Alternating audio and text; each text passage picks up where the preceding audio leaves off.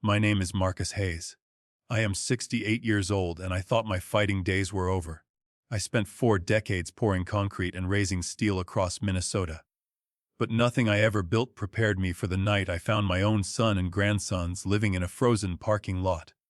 The wind hit me the second the automatic doors of the terminal slid shut behind me.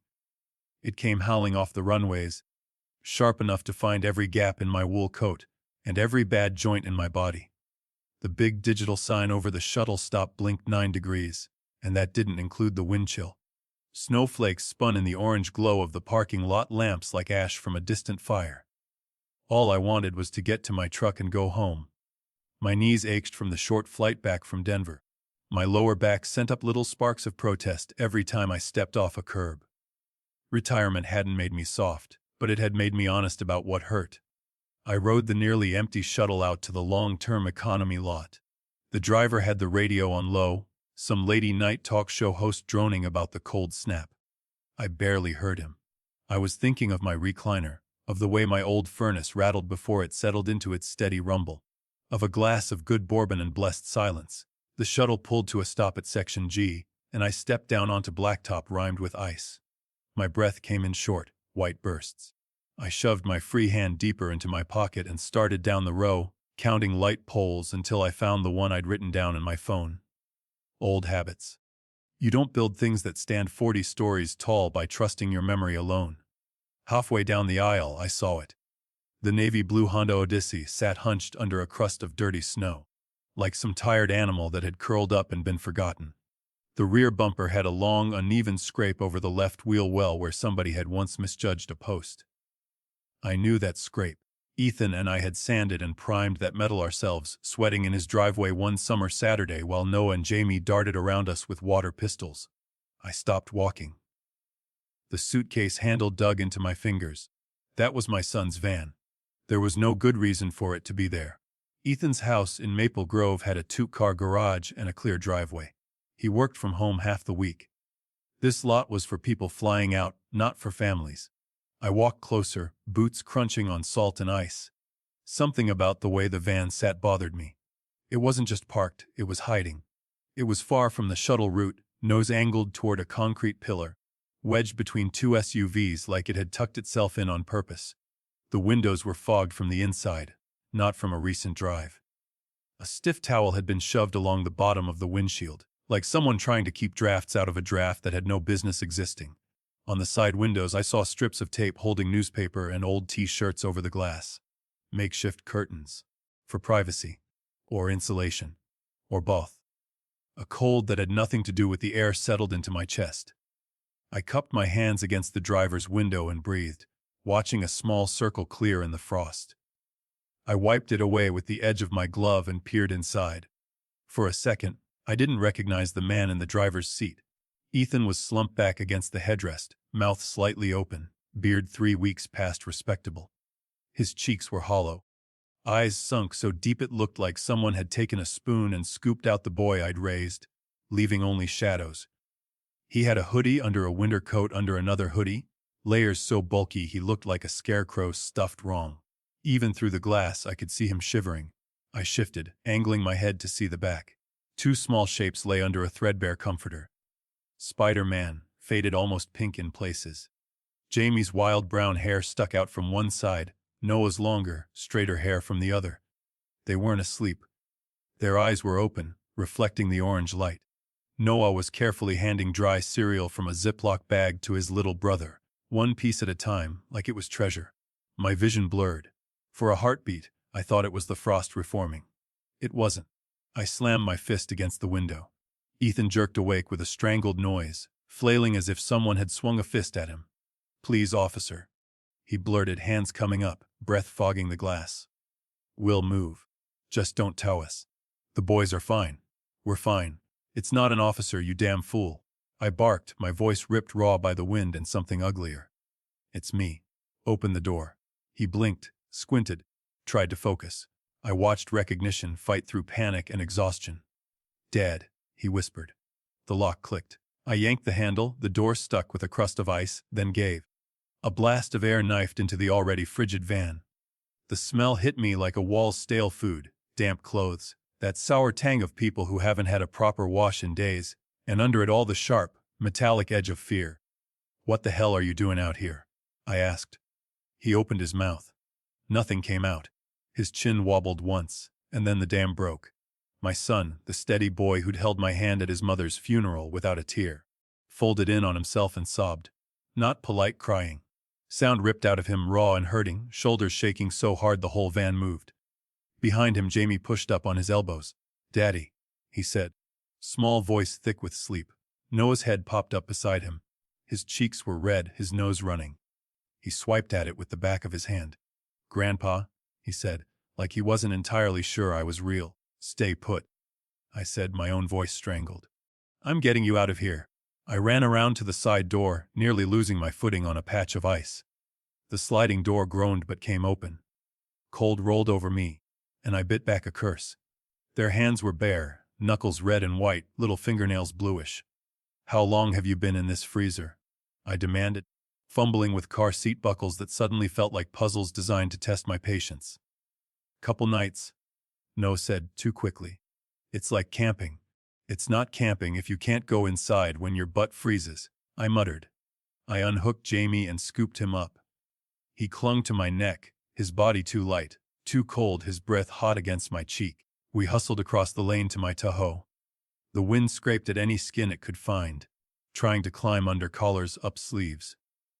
I got the boys into the back, buckled them in with hands that shook more than I liked. I shoved my coat off my shoulders and draped it over their legs before I even turned the key. The engine caught on the first try, thank God. I cranked the heat to full blast, turned the vents toward the back. Warm air would take a while, but at least it was moving. I dug into the glove box and console, pulling out emergency granola bars and a couple bottles of water. The boys snatched them up, murmured thanks around full mouths. Ethan slid into the passenger seat like an old man, not a 35-year-old. His hands shook so badly when he tried to buckle the belt that I reached over and did it for him. "Start talking," I said. He stared straight ahead for a long moment, watching his own ghost in the fogged windshield. Snow hissed against the glass. "I ruined everything," he said finally, voice flat and thin. "I lost it all. The house, the money, them. Be specific." I snapped. "Where's the $325,000 I wired you for that hardware franchise buy-in?" He closed his eyes like the words hurt. "There is no franchise," he whispered. "Kayla says I made it up. Says I'm psychotic. That I spent the money gambling and blocked it out." "That's not what I asked," I said. "Where is the money, Ethan?" He turned his head then and looked at me. My boy used to have eyes that sparked when he talked about anything he loved. Computers, the kids, some new way to organize inventory. Those eyes were burned out, like a building after the fire's gone and only blackened beams are left. "I don't know," he said. I logged into the account to pay what I thought was the first inventory invoice. The balance was zero. When I asked Kayla, she laughed. Showed me bank statements I'd never seen. Transfers to betting sites. She said I did it. Said I'd been sneaking out to gamble while she slept. Said I screamed at her when she confronted me. But I don't remember any of that. His hands went to his hair, gripped hard. "She keeps telling everyone I'm sick, Dad," he said, voice cracking. And the worst part is, I was starting to believe her. A line of hot anger cut through the cold inside me, clean as a torch. "What else did she say?" I asked. He swallowed. "She called the cops. Twice. Said I was unstable, that I talked about driving into the river with the boys." He flinched as he said it, as if the words themselves were filthy. "They came. Asked questions while I felt like my head was full of cotton. She talked to some psychiatrist on the phone. Next thing I know, there's an order. If I take the kids out of the county, it's kidnapping. If I come near the house, it's harassment." "How did you get the boys?" I asked quietly. He looked back at them. Noah was licking crumbs out of the wrapper, Jamie leaning against his brother, eyes half closed but watching us. "Kayla went to a spa day with her mom," Ethan said. "She left them with a sitter. I waited until the girl was in the bathroom, packed some clothes in a trash bag, grabbed their coats, put them in the van. I drove until I couldn't think, and I ended up here." He let out a short, humorless sound. "Figured it was the last place she'd look." since we can't afford to fly anywhere now. You've been here 4 nights, I said. It wasn't really a question. He nodded, shame flickering across his face. I didn't know where else to go, he said softly. Didn't want to drag you into it. She said if I went to you, she'd make sure you lost everything too. Said she'd tell the cops you were helping me. That you'd go to jail. I looked at my grandsons again in the mirror. Noah caught my gaze and tried to smile, his teeth chattering despite the slowly warming air. It's okay, Grandpa, he said. We counted lots of planes. Jamie named them. Yeah, Jamie mumbled sleepily. Big ones, little ones, red tails. My fingers tightened around the steering wheel until my knuckles ached. You're not crazy, I said to Ethan. You're a victim of a very expensive lie. There's a difference. He laughed, a broken sound. Doesn't feel like much of a difference from inside my head. He muttered. It will, I said. I put the Tahoe in gear. The boys are coming home with me. You too. Tomorrow, we stop hiding. Tomorrow, we start hunting. He looked at me like he wasn't sure if he should be relieved or scared. Dad, she'll find us, he said. She always does. Then let her, I replied. I built half this city's foundations. She thinks she can knock mine out and walk away. Not while I'm breathing. We rolled out of the row, past dark cars and snow-capped SUVs, out through the toll booth and onto the airport road. The boys' eyelids drooped in the rearview mirror as the heater did its job, color slowly coming back to their cheeks. Ethan leaned his head against the cold window, eyes closed, but I could see his jaw working. We merged onto the highway, the salt-streaked lanes shining under the streetlights. My phone buzzed in the cup holder. I glanced down and saw the notification from my front gate camera, motion detected. I tapped the screen. There, on the tiny image, was my stone driveway, flanked by the low brick walls I'd laid myself back when I was still strong enough to lift 50 pounds without thinking. A police cruiser idled at the gate, red and blue lights flickering against the snowbanks. The exhaust puffed in steady white bursts, and in front of the gates, wrapped in a white parka with a fur-trimmed hood, stood Kayla. Her blonde hair was sleek despite the wind. She had her phone pressed to her ear, her face crumpled in what anyone else might have taken for grief. Every few seconds, she dabbed delicately at the corner of one eye with a tissue. Beside me, Ethan saw the image. The color drained from his already pale face. She's already there, he whispered. I watched the little screen for a moment, then clicked the phone dark and slid it back into the cup holder. She thinks she's playing with a tired old man, I said, the old fire settling into my bones like steel in wet concrete. She's about to meet the man I was before retirement. I didn't say much on that drive home. I just kept my hands steady on the wheel and let the highway unspool in front of us while the boys dozed and the heater hummed. But inside my head, I was walking backward through time, trying to find the place where I'd first gone wrong. I didn't grow up with much. My father swung a hammer for other men his whole life and died with calluses and nothing else to show for it. We lived in a 2-room house in a town so small it didn't even have a proper stoplight. When I was 17, I lied about my age to get on a framing crew in Minneapolis. $6 an hour and all the splinters you could handle. It was hard, dirty work, and I loved it. I learned fast that in construction, you do your math or the building falls. You show up when you say you will. You don't cut corners you can't see. Over time, I went from swinging a hammer to reading blueprints, from hauling lumber to bidding jobs. One day, my foreman slapped a set of rolled plans into my hands and said, "If you think you can do it better, kid, show me." So I did. Slowly, over years, I scraped together enough to buy my own truck, then a trailer, then a second truck. I took the jobs nobody wanted: the school renovations in rough neighborhoods, the fire stations with impossible deadlines, the ugly municipal buildings where the plaster was already cracking before the paint dried. We did decent work for fair prices. People noticed. By the time I hit 50, Hayes Construction was big enough that my name meant something. You could drive across the city and I could point, built that library, added that gym, redid the roof on that courthouse. It wasn't glamorous, but it was ours. Through all of it, there was Ethan.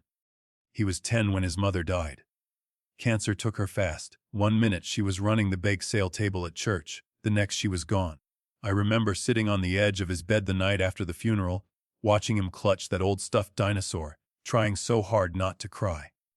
I told him he didn't have to be brave for me. He said, "Someone has to." He came with me to sites as soon as I could get away with it. At first he'd sit on stacks of drywall with his comic books, stealing my thermos lid to drink hot chocolate out of. Then he started wandering. I'd find him counting nails in a 5-gallon bucket, lining them up in perfect little groups of 10. Or standing in front of a set of drawings, sounding out the words, elevator. By middle school, he could read a blueprint better than some of my new hires. He'd stand in half-framed hallways, tracing walls in the air, telling me where rooms would be. He was careful with money, even as a kid. When other boys blew their allowance on video games, Ethan saved his for a used computer he found in the classifieds. I'd see him at the kitchen table with a notepad, writing out columns of numbers, balancing the few dollars in his little savings account with a seriousness that made me proud and a little sad. "Money's just another kind of tool," I told him once. "You use it right, it builds things. You use it wrong, it buries you." He nodded like he'd been waiting for me to say it. Ethan grew into the kind of man I trusted instinctively. Quiet, thoughtful, a little too hard on himself. He studied engineering for a couple years, then shifted into operations and logistics when he realized he liked making things run more than he liked equations on a board. He landed a job with a building supply company, working his way up to managing all their warehouse traffic. He knew where every pallet was at any given moment. The kid who counted nails grew into a man who counted freight. He wasn't flashy. He drove an old sedan longer than he should have, saved for his own down payment on a modest starter house, never asked me for a cent that wasn't absolutely necessary. I helped when his furnace died one January. He paid me back in 18 months to the dollar. Then came Kayla. He met her at one of those fancy gyms downtown, the kind with eucalyptus towels and smoothies that cost more than my first work boots. He'd started going there with a buddy from work to stay limber, he said. The first time he brought her to my house for a barbecue, it was late June, the yard full of cousins and coolers. I remember watching her step out of the car. Pretty girl, mid-30s, blonde hair just so, gym bag slung like an accessory. Leggings that probably had a brand name I couldn't pronounce. The kind of woman who knew which wine glass went with what course. "Dad, this is Kayla," Ethan said, a little proud, a little nervous. "Kay, this is my old man." She smiled just wide enough, teeth white as the potato salad. "Marcus," she said, offering her hand. "I've heard so much about you. Ethan says you built half the city." "Just the parts that don't leak," I said. She laughed, head tipping back a fraction too far. The sound was practiced, like someone who'd watched a lot of sitcoms and picked the right responses. All through the afternoon, she had her phone out, snapping pictures of the grill, the kids, the old wooden swing. Posting them somewhere, I supposed.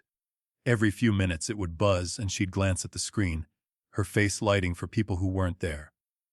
Her parents arrived later, Ron and Marla, trailing cologne and perfume and loud declarations. Ron wore a golf shirt with a club logo I recognized as far above his pay grade, a gold chain bright against his chest. Marla had on a dress that looked like it cost more than my first truck and talked about networking, while she shoveled deviled eggs onto her plate. They were friendly, no doubt about that. Too friendly. Ron clapped me on the back like we'd been in the same frat, asked pointed questions about my properties, about whether I'd cashed out yet. Marla went on and on about their investment condo in Arizona, then let slip they were a little underwater, but it's all paper, right? Ethan looked content that day, moving between the grill and Kayla, refilling drinks, laughing at stories. I told myself if he was happy, that was what mattered. The first red flag was a house. They'd barely been married a year when Ethan called and asked if I could come see a place with them. He sounded excited, nervous again like the day of the barbecue. I met them at a development out in Maple Grove, all fresh sod and identical front elevations, a realtor waiting at the curb with a grin and a stack of glossy pamphlets. Inside, it was all quartz countertops and open concept and light fixtures hung like jewelry. Beautiful, sure. Also expensive. I knew the numbers on houses like that. I'd built plenty. "Mortgage broker says it's no problem," Kayla said, floating from room to room as if she already owned it. "Interest rates are low. We'd be stupid not to. Ethan trailed behind, fingers trailing along a pristine white banister. Payment like this will stretch you thin, I said quietly when I caught him alone near the sliding door. You've got one kid already, another on the way. You sure you want that hanging over your head? Before he could answer, Kayla materialized between us, smiling. Oh, Marcus, you sound like my dad, she said lightly. You built real things. Bricks, beams. It's different now. With our generation, it's all about leverage. You'll see this franchise will put Ethan on your level. I frowned. What franchise? She glanced at Ethan, eyes bright. See? You tell him. You're the business brain. He flushed and rubbed the back of his neck. It's just an idea right now, he said. Guy I know from North Star Hardware told me they're going to open more franchise locations. Independently owned, company supported. There might be an opportunity for me to buy in. Nothing solid yet. Kayla looped her arm through his. It's more than nothing, she said. It's your chance to stop breaking your back for someone else and build your own thing, like your dad did. I filed it away. I'd seen plenty of schemes dressed up as opportunity. Some panned out. Most didn't. Months later, over pot roast at my dining table, Ethan slid a folder across to me. The boys were in the living room building towers with blocks. Kayla at the end of the table with her phone, thumbs flying. Inside the folder were franchise documents. North Star logos, legal language, startup costs, projected returns. It looked legitimate enough on the surface. Franchise fee, build-out costs, required capital. The number 325,000 stared up at me like a dare. They offered me a territory in Brooklyn Park, Ethan said, eyes shining the way they used to when he'd talk about some new logistics software, near the new housing developments. No direct competition for 10 miles. And you want to buy in, I said. He nodded. I've run the numbers 3 times. I'd still keep my job part-time for a year or two, get the store on its feet. Kayla could help with front office stuff. She's great with people. After that, he shrugged, a shy little motion. It could be ours, Dad. Really ours. Kayla looked up from her phone, smile already in place. It's the perfect time, she said. Interest rates are going up, construction's booming, people are fixing up everything. If we don't jump, someone else will. I flipped pages, mind already ticking through load, labor, overhead. It wasn't crazy. Risky, yes, but most worthwhile things start that way. Then Ethan said, I know it's a lot to ask. But I heard you're selling that old warehouse on Marshall. I was hoping maybe you'd consider investing. A loan, I'd pay you back with interest. We could write up whatever you want. $325,000. A lifetime of overtime, of bids won and lost, of nights I fell asleep in my truck outside sites because there was no point going home. Sitting in a neat column on a piece of paper transformed into an initial investment. My first instinct was to say no. Not because I didn't trust him, but because I loved him. Money can turn family into something uglier faster than almost anything else. I don't want to be your bank, son, I said slowly. I'm your father. Those are 2 different jobs. Ethan swallowed. I know, he said. I wouldn't ask if I hadn't. I can show you all my spreadsheets. The projections. I've been working on this for months. I know it's a risk. But I'm ready. And if someone is going to profit from my work, I'd rather it be you than some franchise fund. There was a weight behind his words that hit me harder than the numbers. He wasn't some kid chasing a quick score. This was the careful boy who counted nails, the man who balanced his checkbook to the cent. He was asking me to do for him what no one had ever done for me. Kayla leaned her elbows on the table, chin in her hands. You built this life, Marcus, she said, sweet as store-bought frosting. We're just asking for a step stool. You built real things with your hands. With this, Ethan can build something with his mind. You'll see. We'll make you proud. I looked at my son, at the hope and fear mixed up in his eyes. I thought about how many times I'd told him to be braver than I'd been, to take calculated risks. All right, I said at last. We do it my way. We put it in writing. It's a loan with terms, not a gift. You default, the store becomes mine. We both sign. We both keep our eyes open. Relief flooded his face. He nodded vigorously. Of course, he said. Whatever you want. I wouldn't have it any other way.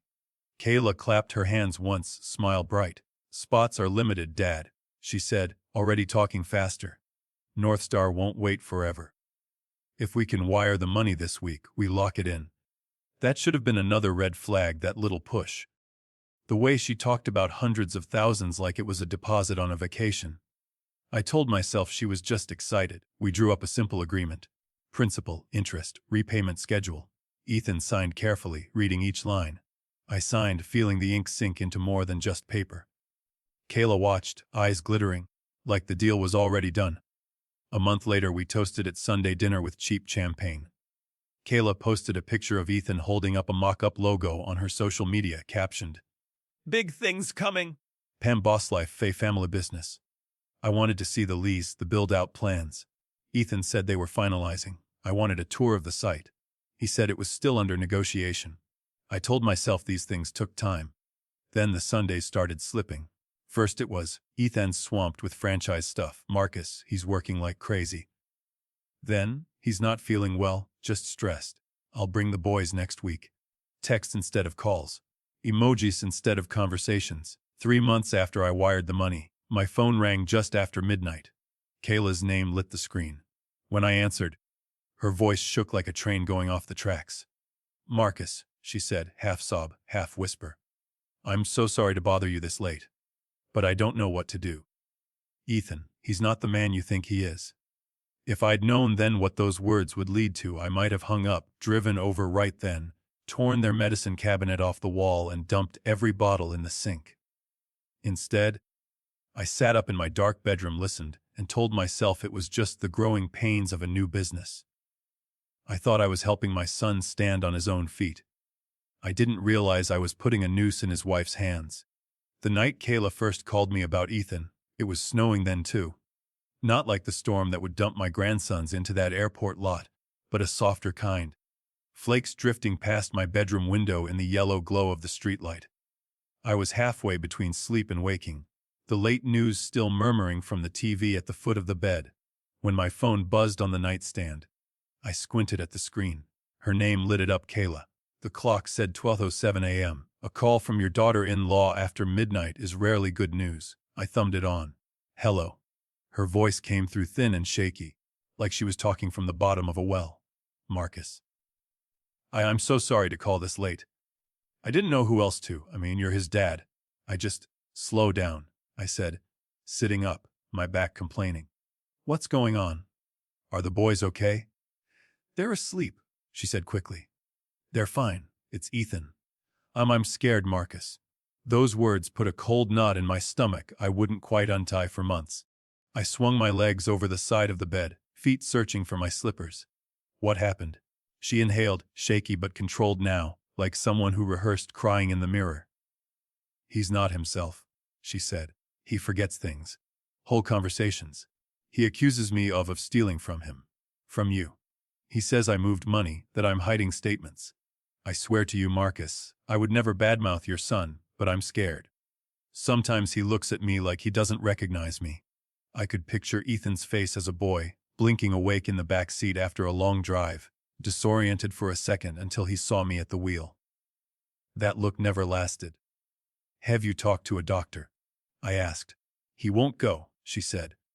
"He says there's nothing wrong, that I'm the one trying to make him crazy so I can control the money. It's paranoid, Marcus. He hid his laptop from me yesterday, said I'd tampered with it. I help him with email. I set up his accounts. I was only trying to keep things organized for the franchise, and now he thinks I'm some criminal." Her breath hitched in a sound that might have been a sob.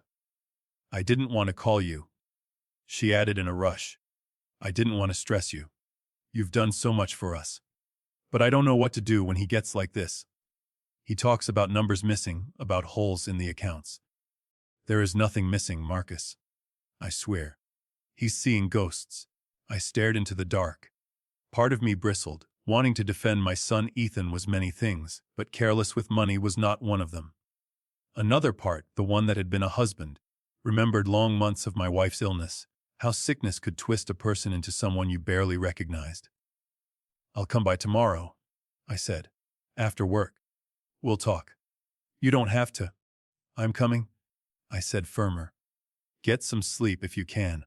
When the sun was up and the world looked less like the inside of a bad dream, I drove out to Maple Grove without telling them I was on my way. Sometimes you see more when people aren't ready for you. Their street was lined with the same tasteful houses, each pretending to be unique with a slightly different stone or a different shape to the shutters.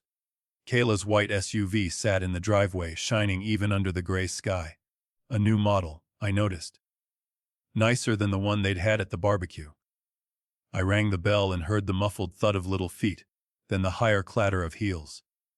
The door opened on warmth and light, and the smell of something cinnamon sweet. Kayla stood there in leggings and an oversized sweater that probably cost more than my whole outfit, hair in a neat ponytail, makeup perfect.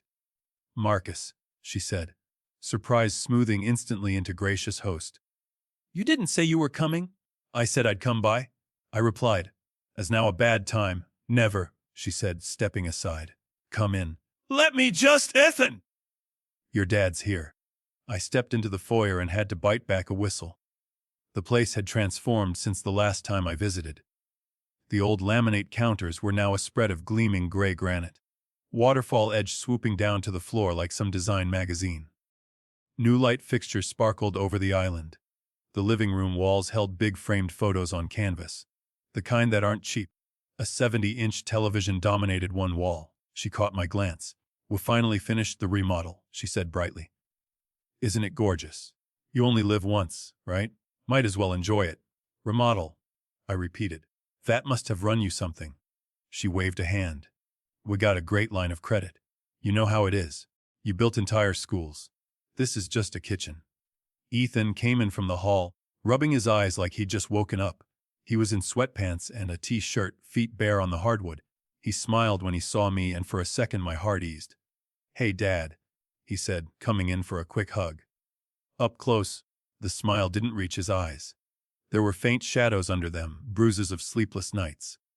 His stubble was a day or two past his usual meticulous shave. "I was in the neighborhood," I lied. "Thought I'd see my grandsons and make sure you still remember what I look like." "They're at preschool," Kayla said from the island, where she was already busying herself with a kettle. "Full day. Gives me some time to manage things." She set 3 mugs out, dropping tea bags in them like she was staging a commercial. "We need to talk," I said, looking at Ethan. He flashed a quick glance at Kayla, then back at me. "Sure," he said. "Let's sit." We went into the living room. I took the armchair. They sat together on the sofa. My eyes moved over the room, the rug that hadn't been there before, the new sound system by the TV, the expensive little touches that add up when you see enough invoices. "So," I began. "Kayla called last night." He stiffened barely. She jumped in before he could speak.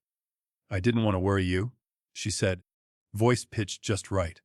I panicked. "It was a bad night, Kay," Ethan said, a warning in his tone. She touched his knee. "He has been so stressed," she told me, turning her big, earnest eyes on me. "It's understandable, with the franchise and the loans and everything. But lately he forgets things, Marcus. He'll swear we never had a conversation about a bill we paid, or about what we spent on groceries. And then, in the morning, he has no idea what I'm talking about. It's scary." He shifted, jaw tightening. "I told you, I'm just tired," he muttered. She gave a small, sad smile. "He thinks I'm stealing from him," she said softly. "From you. He accused me of moving money last week, said I was cooking the books." She shook her head, a little too tragically. "I do the bills. I pay daycare, the mortgage, everything. I show him statements, and he says they're fake. He asked if I bugged his phone, Marcus. Like I'm some spy." "That's not exactly," Ethan started. She laughed lightly, cutting him off. "Oh, come on, honey. You have to admit it sounded a little conspiracy theory-ish," she teased. "He went through the whole house looking for cameras. It would have been funny if it wasn't so." She glanced at me, dropped her voice. "Worrying. He's always been cautious," I said slowly. "Double-checking numbers isn't a crime. God knows it's saved my butt more than once." "Of course," she said quickly. "I love that about him. I just don't like seeing him haunted." "I spoke to a psychiatrist friend of my mom's. Off the record," he said. "Based on what I described, it could be early psychosis. Or bipolar. But Ethan refuses to see anyone. Says I'm trying to label him so I can control the money. She let out a brittle little laugh. As if I could keep up with all that on my own if I tried. I watched my son. His hands were clasped together so tightly his knuckles were white. A small tremor ran through his right hand, the fingers twitching against his palm. I'd seen that shake the day he was 4 and fell off his bike, adrenaline making his limbs shiver long after the danger had passed. Ethan, I said, talk to me. How are you sleeping? Fine, he said, too fast. Just late nights. Franchise stuff, you know. You look beat. He shrugged, shoulders hitching. Comes with the territory, he said. We're in pre-launch. There's a lot to juggle. Kayla's been helping with emails and contracts, so I can focus on ops. It's a lot. That's something I wanted to see, actually, I said. The paperwork, leases, vendor agreements, franchise contacts. I haven't heard much about build-out. I assumed you were buried, but I'd like to take a look. Make sure we're not getting taken for a ride. For a heartbeat, something like panic flashed across his face. Then Kayla's hand tightened on his knee. Oh, Marcus. It's all so boring, she protested lightly. It's just pages and pages of legalese. We have it under control. Don't we, babe? He licked his lips. Yeah, he said. There, the documents are all on the laptop. I've been organizing. I'll show you once I have everything in order. I don't want to drag you through partial information. Behind the casual words, there was a strain, a struggle. His right hand trembled again.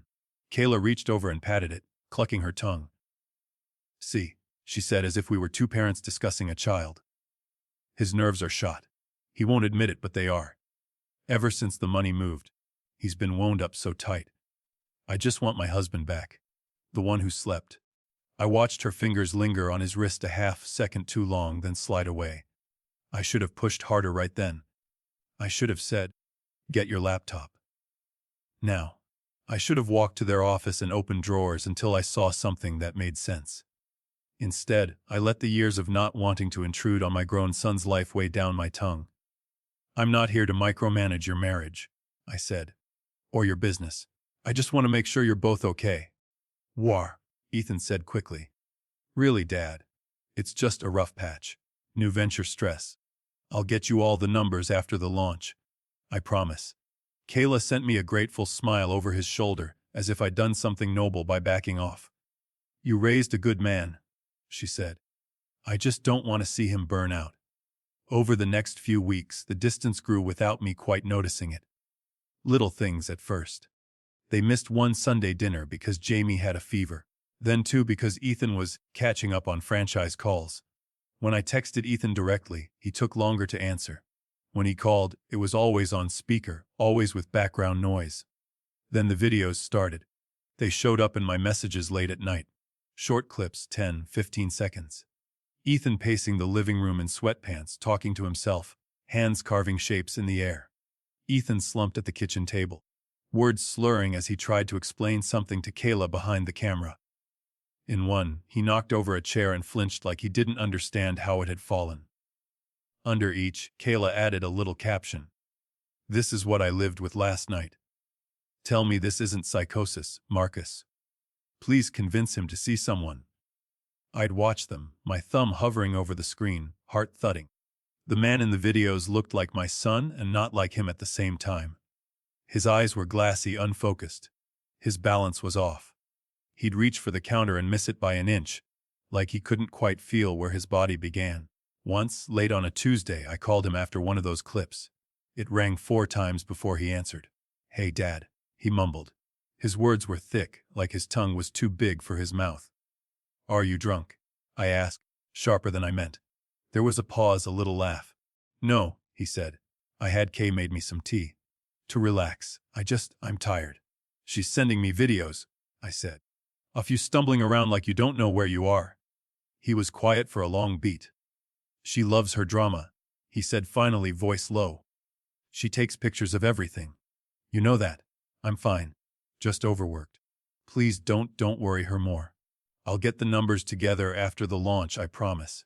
I'm on top of it, Dad. I swear. I wanted to believe him. I did. Because the alternative, that someone under my roof, under my family's banner, was taking advantage of him, was too ugly to look at straight on. So I told myself stories, that he was just stressed, that new ventures were like this now, all-consuming, messy, that women his age were freer with the word crazy than my generation, that it didn't mean what it sounded like in my ears.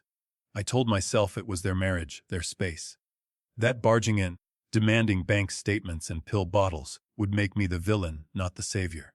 I called it respect. Later, I understood it for what it was: cowardice dressed up in better clothes. I wish I could tell you I marched straight back to that house and overturned drawers until the truth spilled out. I didn't. I went back to my projects, my paperwork, my empty house. I watched each new video with growing unease and told myself I'd step in after the launch, when things settled. By the time I realized there was no launch coming, it was too late. The money was gone.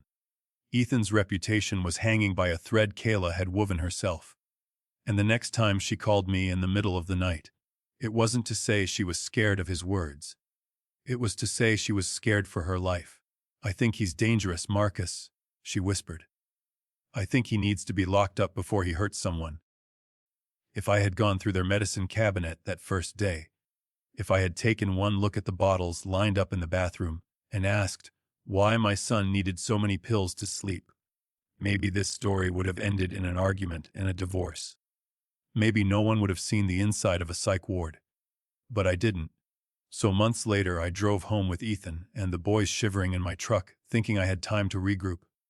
I turned onto my street, the familiar houses sliding past, and for a brief, foolish moment, I let myself believe we were safe. Then, as I crested the little hill before my driveway, I saw the flashes of red and blue washing over the snow, and heard the distant wail of sirens drawing a hard line between the man I had been and the man I would have to become. For a few brief minutes, my kitchen felt like the safest place in the world. The boys sat at the table, feet swinging off the chairs, cheeks pinking up again as they devoured bowls of Mrs. Alvarez's chicken soup. Steam curled up, fogging the window over the sink. The smell of garlic and onion and simmered broth wrapped itself around us like a blanket. Mrs. Alvarez moved between stove and table with her familiar efficiency, her gray bun bobbing. "Slow down, niños," she chided gently. "The soup isn't going to run away." Noah barely looked up, spoon scraping the bottom of the bowl. Jamie had more soup on his chin than in his mouth. After that parking lot, I would have let them bathe in the pot if they'd asked.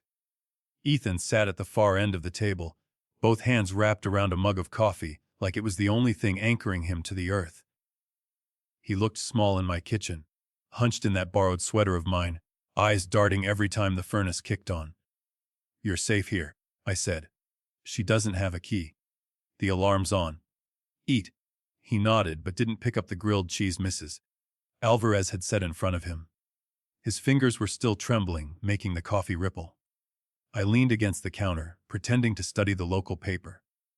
In truth, I was listening to the boys talk between slurps, memorizing the normalcy of it. "Grandpa, Mrs. Alvarez put extra noodles," Noah announced proudly as if he'd negotiated the deal himself. "Special order," she agreed, winking at me. "For my favorite construction inspectors." The clock over the stove read 9:14 p.m. I told myself we had the night. That tomorrow morning I'd call whoever needed calling, find a good lawyer, start untangling the mess. One thing at a time. A man can trick himself into believing he controls the pace of a storm. The first siren started as a faint whine at the edge of hearing. My brain filed it under background city noise. Then a second joined it, then a third, each one growing louder, the pitch rising like something being wound too tight. Noah's spoon clinked against his teeth. He froze, eyes lifting to the window. "Grandpa," he whispered. The room flashed blue, then red, then blue again.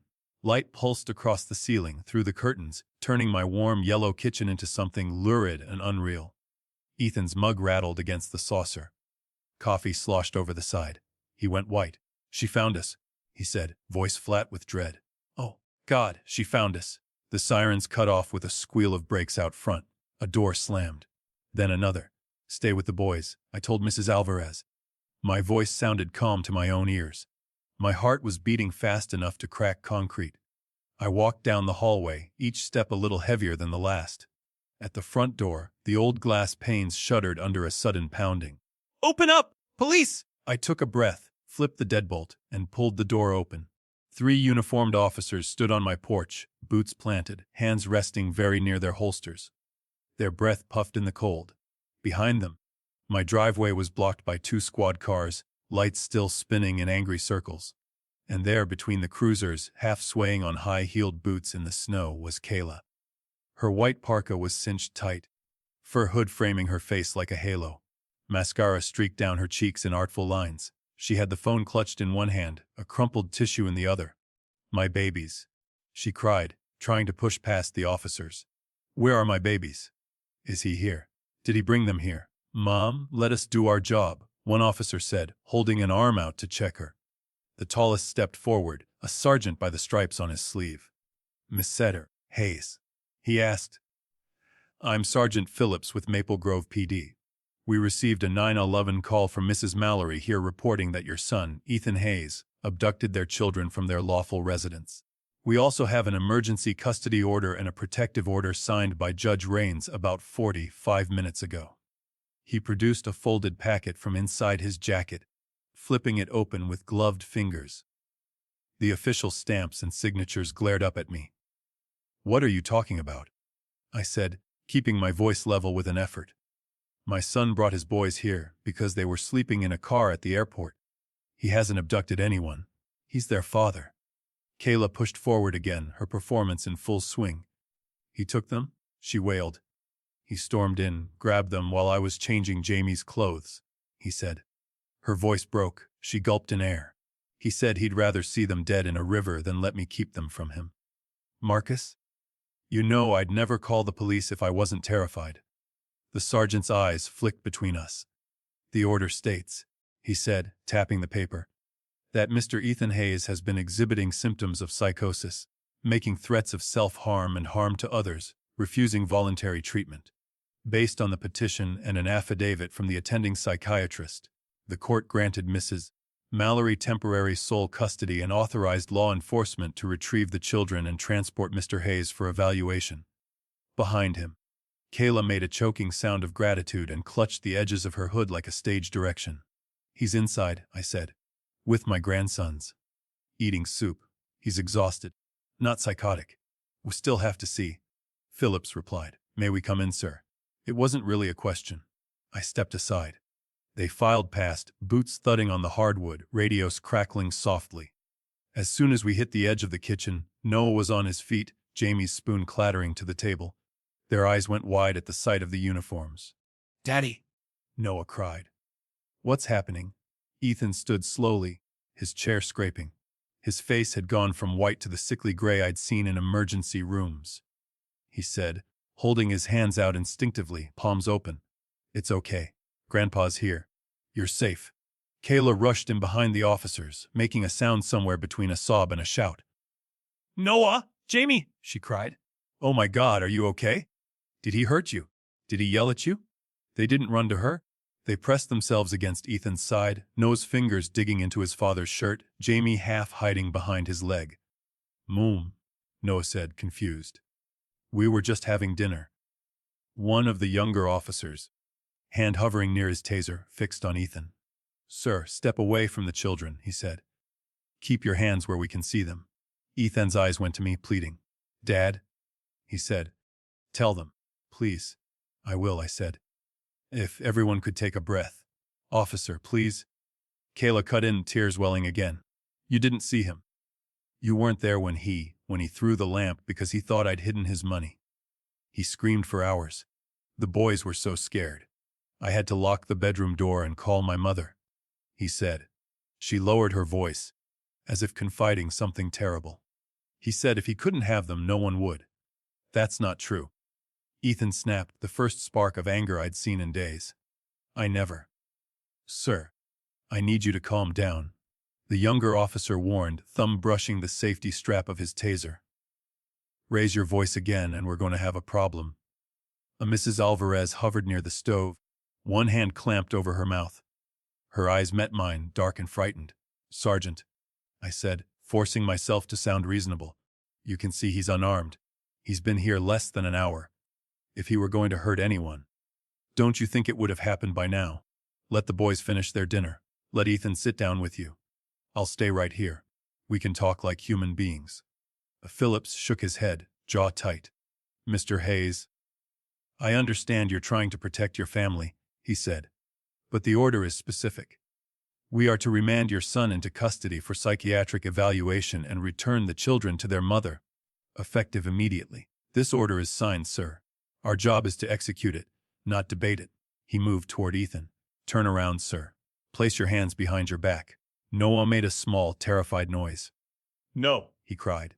Don't take Daddy. He didn't do anything. Jamie started sobbing, big hiccuping gasps clinging so hard to Ethan's jeans that the fabric bunched. Ethan froze, eyes wild. Caught between the instinct to scoop his boys up and the reality of 3 armed men in my kitchen. Dad, he said again, voice breaking. I stepped forward, anger burning up my throat. There's no need for cuffs in front of the children. I told Phillips. He'll go with you.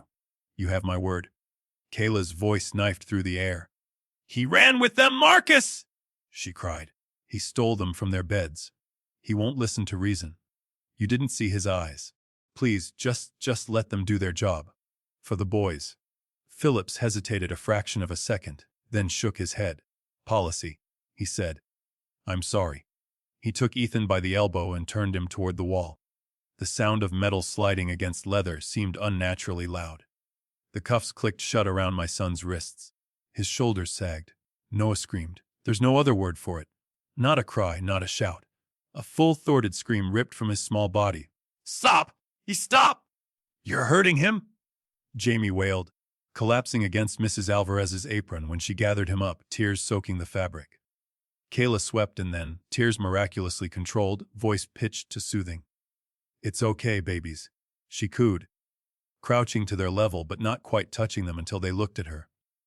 Mummy's here now. The bad man can't scare you anymore. They're not scared of him. I snapped. They're scared of you and these sirens. Her eyes flicked to mine, cool for half a second before she arranged her face back into wounded outrage. You have no idea what it's been like. She hissed under her breath. You weren't there at 3 a.m. when he tore apart the closet looking for missing statements. Phillips started walking Ethan toward the hall. The other officers followed, forming a little convoy.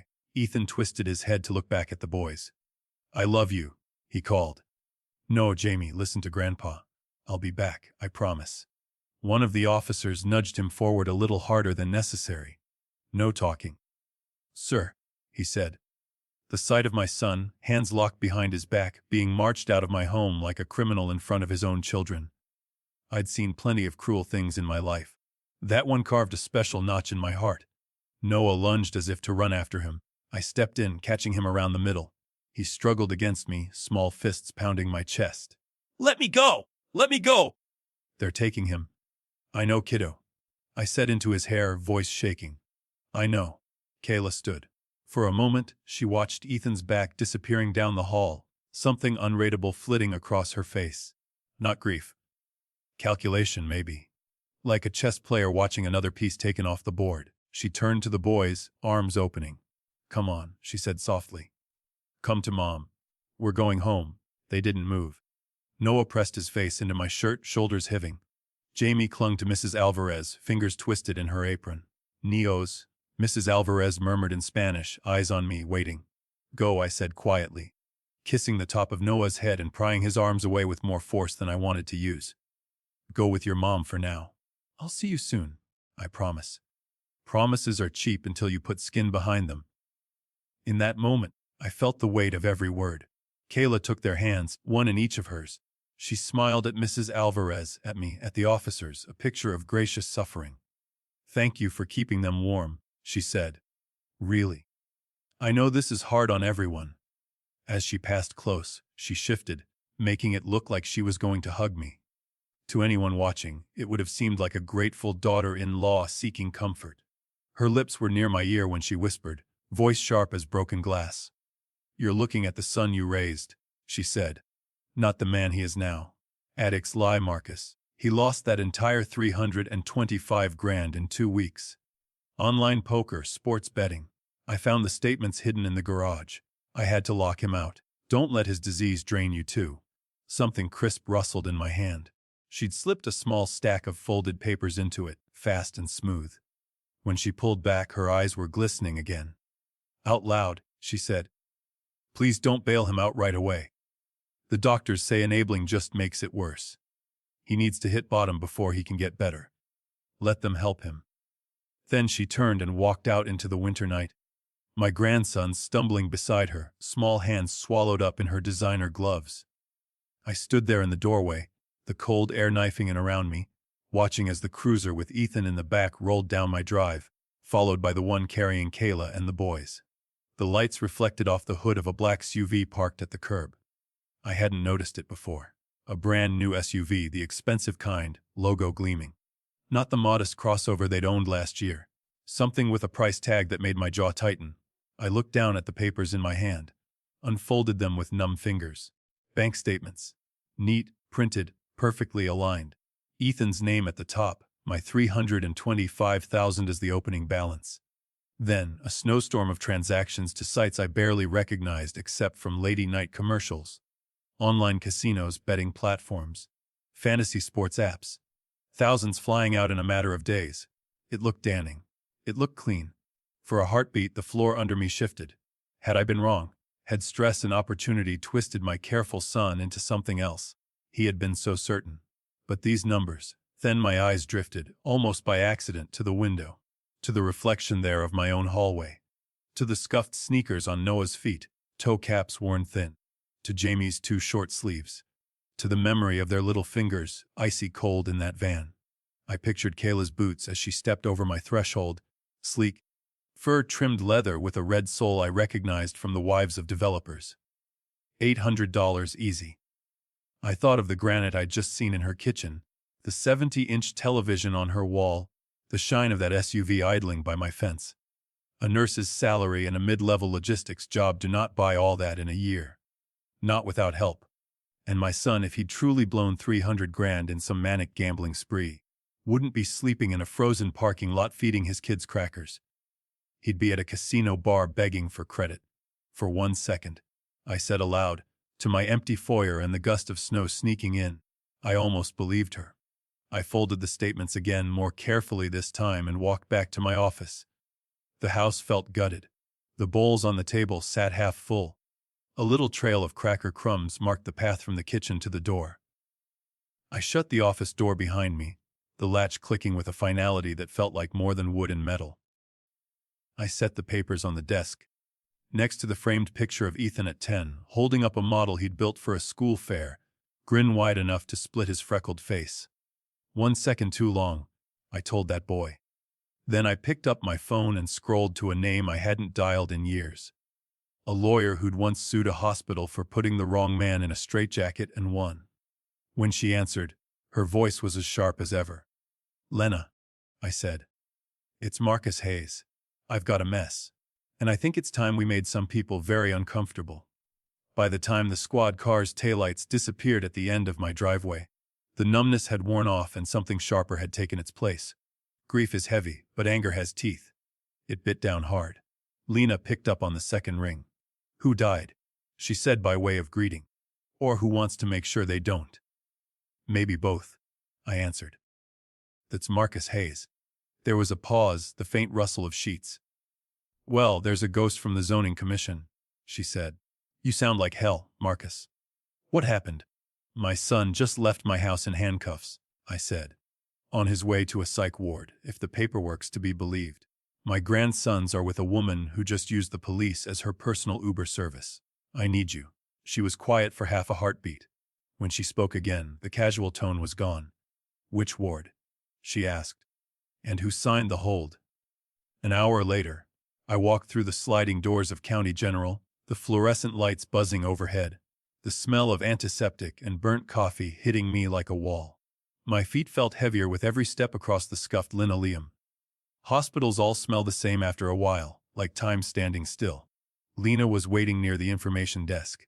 Even at midnight, she looked like she'd walked off the cover of some legal magazine. Black wool coat, sharp bob, expression that could cut glass. Beside her stood a man in his 50s with salt and pepper hair, a slightly rumpled blazer, and a tired intelligence in his eyes. He held a leather bag in one hand, a hospital visitor badge in the other. Marcus, Lena said, offering a hand. This is Dr. Samir Patel, board-certified psychiatrist, former head of psych at Hennepin. Samir, this is the contractor I told you about who once made a city inspector cry. Don't listen to her, I said, shaking his hand. He deserved it. Dr. Patel's grip was firm, his gaze direct. I'm sorry we're meeting under these circumstances, he said. Lena filled me in on what she knows.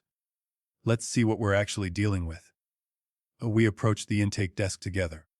A young man in blue scrubs sat behind a computer, half his attention on the screen, half on the TV playing muted weather updates in the corner.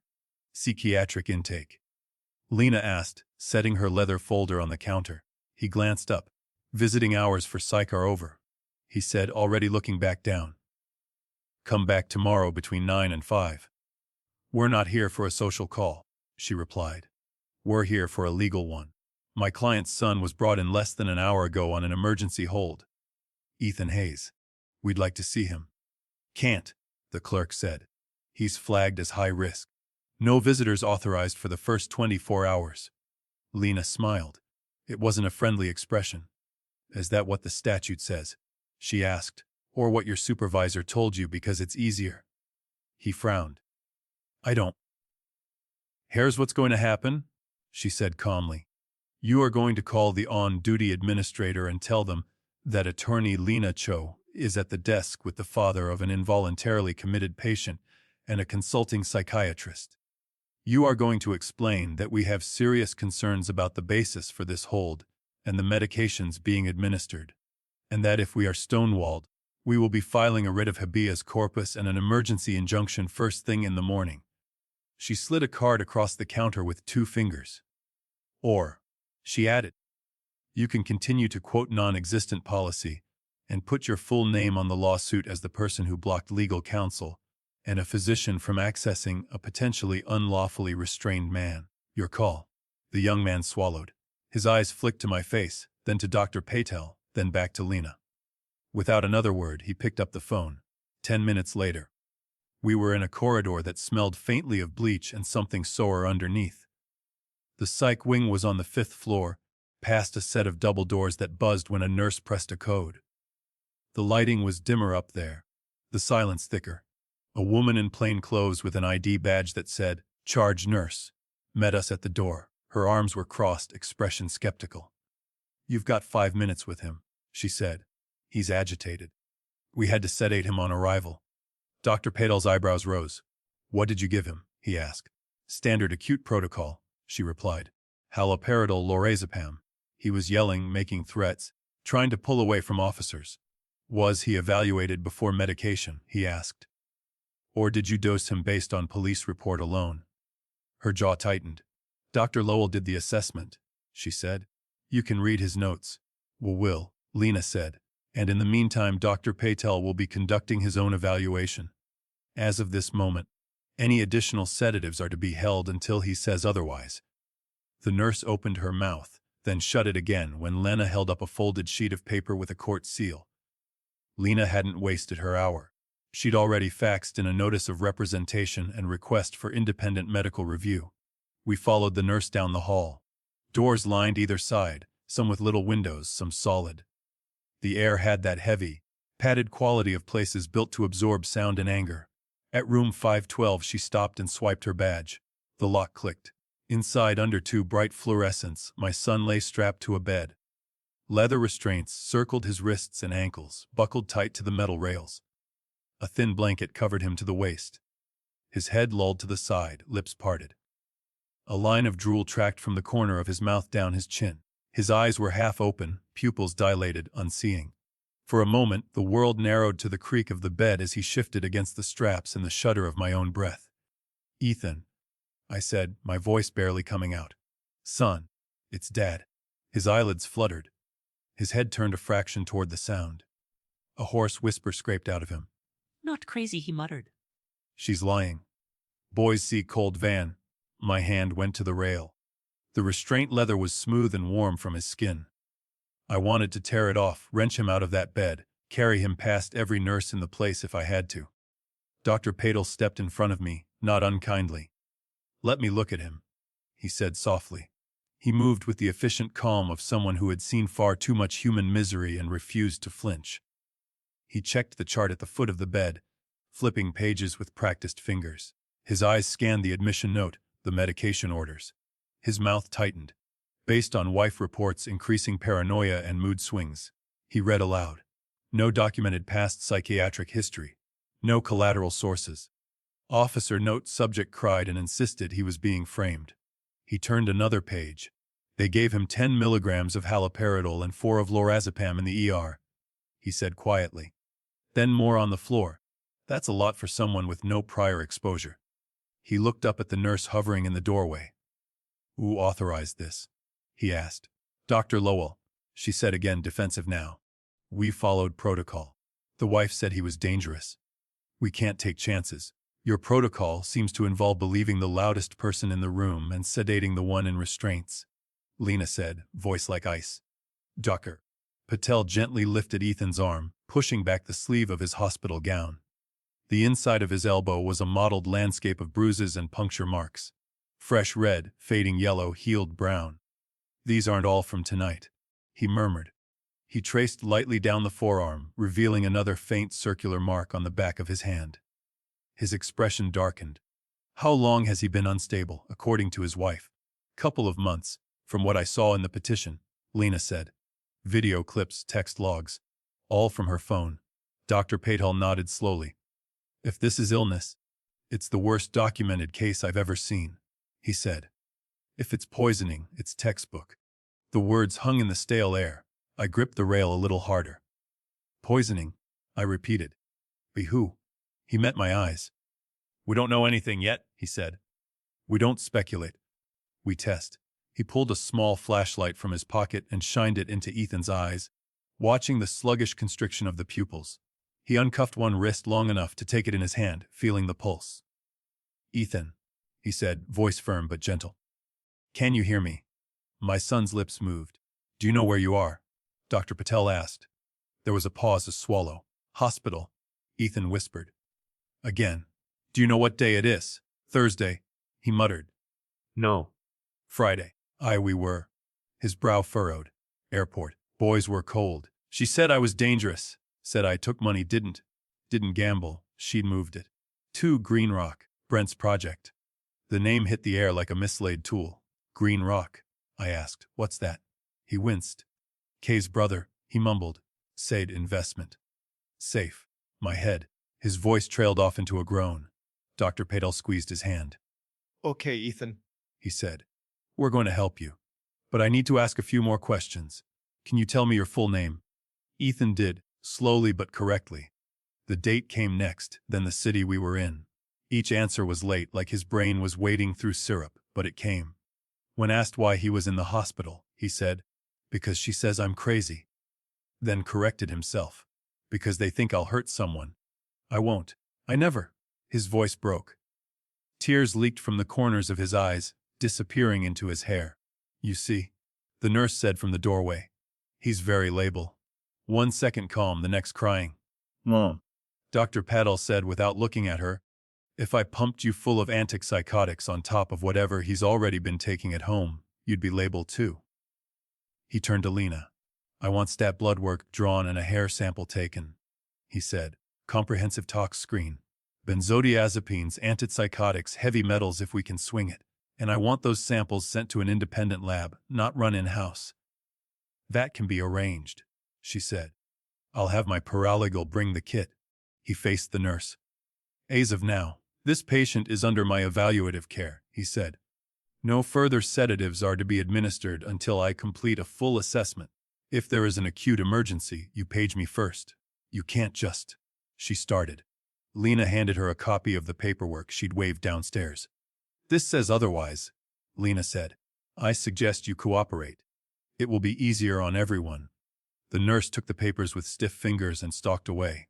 We stayed another half hour while Dr. Patel went through his exam, making notes in a small pad. He asked Ethan about voices, about conspiracies, about thoughts of harming himself or others. Ethan, foggy but lucid in the spaces between, denied all of it. He talked instead about being tired, about blacking out after relaxing tea, About waking up to Kayla's face, phone in hand, showing him videos of himself yelling. I keep waking up on the floor, Dad. He whispered once, when Dr. Patel stepped out to speak with a resident. She shows me clips of me banging on the wall, calling her names. I don't remember. I thought I was going crazy. You're not, I said, heartbreaking and hardening at the same time. We're going to prove it. Lena returned with a thick file and a slimmer nurse who'd been drafted to draw blood. Under Dr. Patel's watchful eye, they filled vials from Ethan's vein, labeled them, sealed them in a tamper-evident bag. A clump of his hair came next, snipped close to the scalp and tucked into another envelope. I'll courier these myself, Lena said.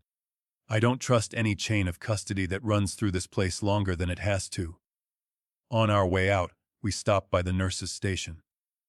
Lena asked for Dr. Lowell's contact information and reviewed his admitting note. He's signed off on 12 emergency holds this month. She murmured, eyes scanning. 10 of them based primarily on family reports and spouse concern. If patterns are crimes, this is a full-time job. You thinking what I'm thinking? I asked. I'm thinking County General's Risk Management Department is about to have a very bad week. She replied. Patel signed his own evaluation order, requesting that Ethan be reassessed within 12 hours and that restraints be loosened as sedation wore off. This man is not floridly psychotic. He wrote in his neat script. He is over-medicated, possibly on top of undisclosed substances administered prior to admission. He is oriented, denies homicidal ideation, and expresses appropriate concern for his children's welfare. There is no justification for continued chemical or physical restraint at this level. It took the better part of the night, and several increasingly testy phone calls for Lena to get an administrator to sign off on it. But by dawn, the leather restraints were gone. Ethan lay on the bed still, wrists red where they'd rubbed but free. He slept for a few hours, then woke to Dr. Patel's questions and my hand on his shoulder. By noon, with Dr. Patel's official report in the file, and the threat of immediate legal action hanging over every head in the wing, the hospital agreed to release him into my custody with a recommendation for outpatient follow-up. Don't celebrate too loudly, Lena warned as we walked him out, his steps unsteady, my arm under his. The hold is over, but the story in the police file hasn't changed. As far as they're concerned, Kayla is still the frightened wife and you're the overprotective father. We've bought time, not victory. Time's all I need, I said. I didn't take Ethan back to my house. Kayla knew where that was, and I had no illusions about how far she'd go. Instead, I drove us downtown to a small brick building with no sign, just a keypad and a steel door. I'd bought the condo on the top floor years ago as a place to crash when I was working late on city projects. Bare walls, sturdy furniture, nothing sentimental. A fortress in miniature. You're going to stay here for a while, I told Ethan as I helped him to the sofa. No phone. No email. No contact with her. Dr. Patel will come by. We'll let your system clear. Meanwhile, I'm going to find out exactly what Green Rock is, and why your brother-in-law's name came out of your mouth when you could barely say your own. He looked up at me, eyes clearer than they'd been in weeks, even with the shadows. Do you believe me? He asked quietly. About the money. I thought of the bruises on his arms, the neatness of those printed statements, the shine of Kayla's boots in my hallway. I believe you didn't just forget $300,000 on a roulette wheel, I said. I believe someone used you as a smokescreen. And I believe they're about to learn what happens when you pick the wrong man to burn. He let out a shaky breath and nodded. After I settled him with some water and a blanket, I stepped out into the hallway and leaned against the cool brick. My hands shook, just a little, with the leftover adrenaline. I pulled out my phone and scrolled to another number I hadn't dialed in too long. A name I knew from years of fighting subcontractors who liked to double bill and city officials who liked cash more than codes. Rico, I said when he answered, his voice rough with sleep. It's Marcus. I've got a company name for you. Green Rock. And a brother-in-law with his fingers where they don't belong. I want to know where every dollar went, and I wanted to know it yesterday. He chuckled once. Sounds like fun, he said. Text me the details. I'll start digging. As I hung up, the hallway's silence pressed in for a moment. Then, for the first time since that van in the snow, I felt something other than panic or rage. I felt direction. This wasn't just about family drama anymore. This was about medicine and money and lies stacked up like bad scaffolding. And I'd spent my life tearing down unsafe structures before they fell on people who didn't deserve it. Now I was going to do it again. By the next afternoon, the condo smelled more like my old life than my new one. Burnt coffee and printer toner, sweat and determination. Ethan slept in the small bedroom, a thin line of light under the door the only sign he was there. Out in the main room, I'd cleared my little dining table, rolled a spare office chair over, and turned the space into a makeshift war room. Rico arrived carrying a backpack that rattled, a laptop bag slung across his chest. He was 10 years younger than me, maybe shaved head under a knit cap, beard a little wild. I'd met him 15 years earlier when a subcontractor ran a double billing scam on a high school project. Rico had found the Phantom Invoices, the offshore account, and the mistress in Miami.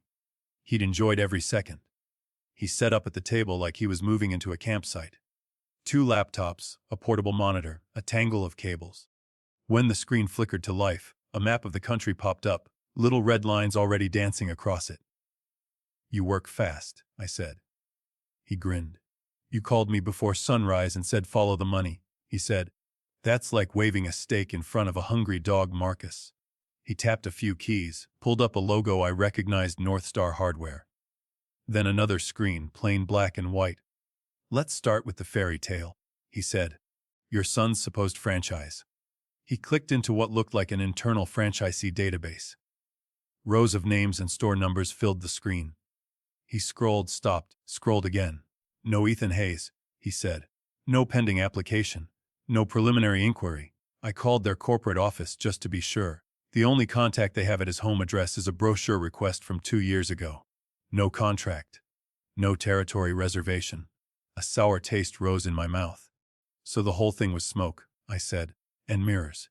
"Not all of it," he said. "There is a franchise program. It exists. There just isn't a Brooklyn Park location. That part appears to have lived entirely in your daughter-in-law's mouth." He closed that window and opened another. A bank logo I knew far too well. "Now you're 325 grand," he went on. "I got copies of the wire transfer records from your bank. Legitimate move from your account to Ethan's joint account with Kayla. Nothing weird there." He zoomed in on a line item. 3 days after the funds land, this happens. 225,000 goes out of that joint account into an entity called Greenrock Ventures LLC. Looks official enough at first glance. Looks like this is where the franchise capital was supposed to live. Greenrock Ventures. Hearing it again, attached to cold numbers on a screen, made my jaw clench. "And Greenrock is?" I asked.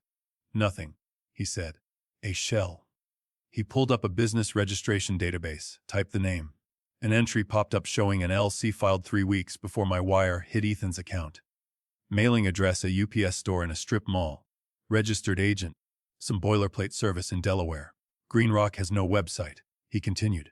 "No employees listed on LinkedIn. No physical office lease. It exists only on paper, and coincidentally, it was only created after your son told his wife Daddy might be selling a warehouse." He flicked to the next screen. "The listed manager is a man named Brent Mallory," he said. "That ring a bell?" "Kayla's half-brother," I said. "He sold timeshares last I heard. Big dreams, no follow-through. Now he sells something else," Rico said.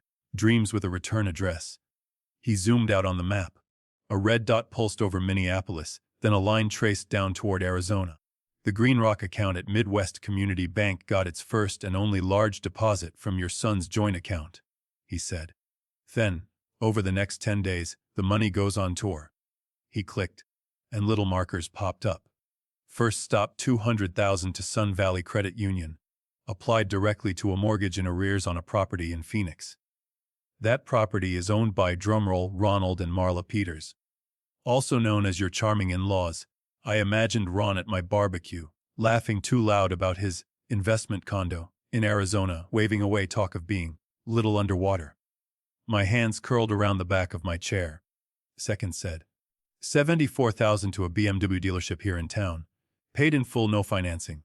The car is titled to one Kayla Mallory Hayes, Model 2023 BM Dukes 5 White, premium package.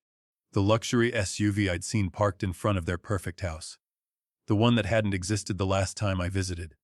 Third, 12,000 to a clinic in Adena that specializes in aesthetic rejuvenation. Rico went on. Facelifts, fillers, wellness treatments. Billing notes show a full lower facelift for a female patient in her 60s, likely Marla, and a series of stress relief infusions and a skin treatments for a woman in her 30s. I'll let you guess. My lip curled. They used my son's future to iron her jowls. I muttered. Fourth, 10,000 to a crypto exchange account. Rico said. Wallet ID registered to Brent again. There are a few smaller transfers. Designer stores, a boutique travel agent deposits to an events company that booked a wellness retreat in Cabo. He leaned back, laced his fingers behind his head. In other words, your investment didn't build a store, he said.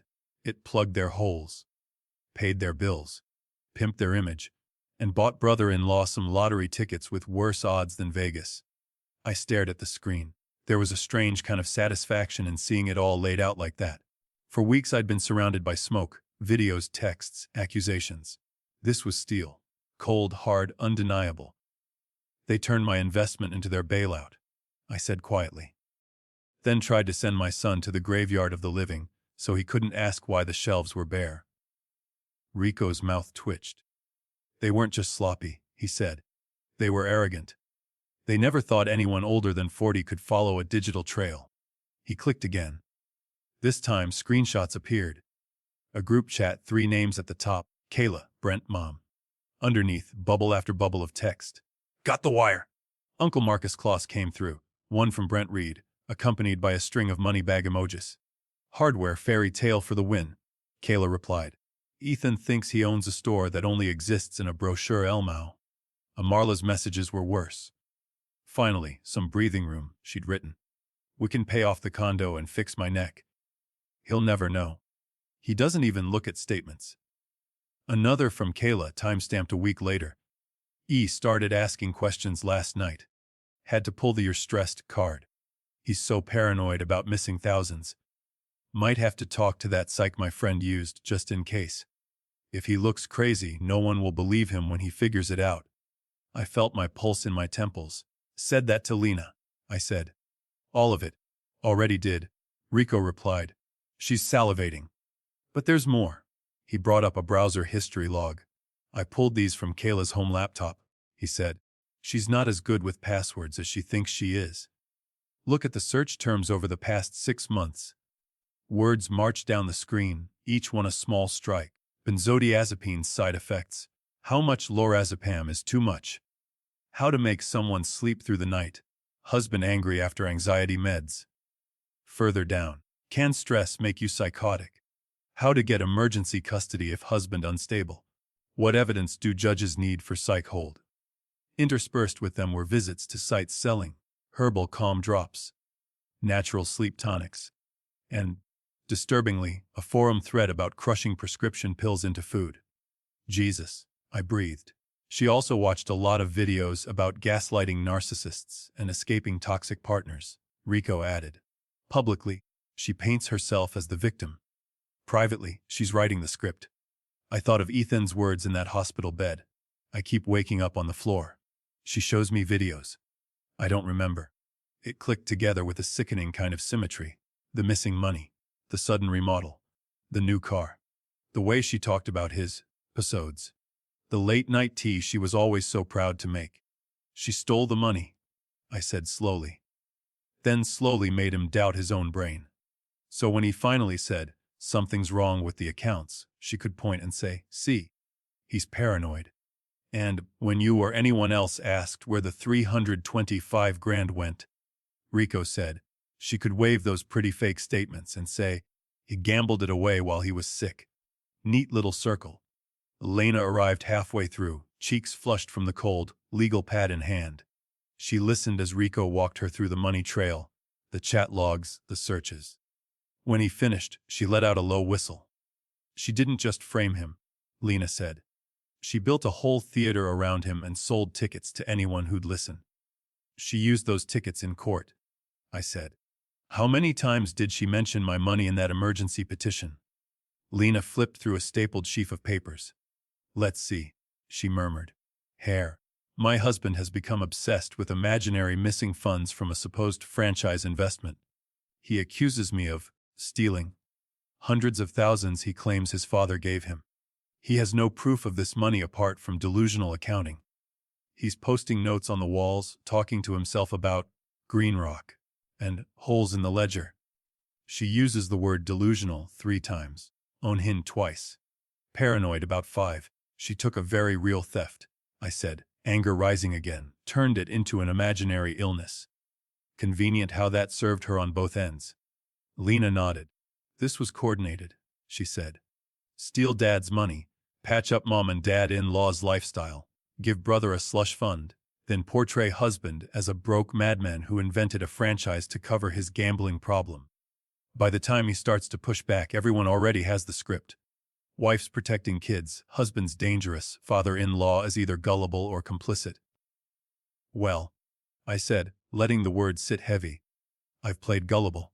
I'm done with that part. Rico closed his laptop with a soft click. I'll keep digging, he said. See if Green Rock moved any money offshore, if there are other investors they've fleeced. But you've got enough right now to make life very unpleasant for them.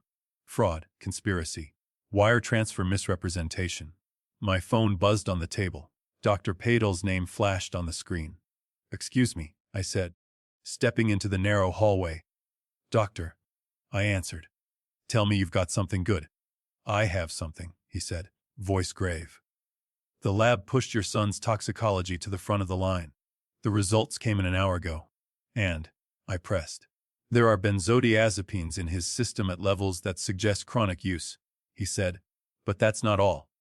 There are also traces of a veterinary sedative, xylazine. I echoed.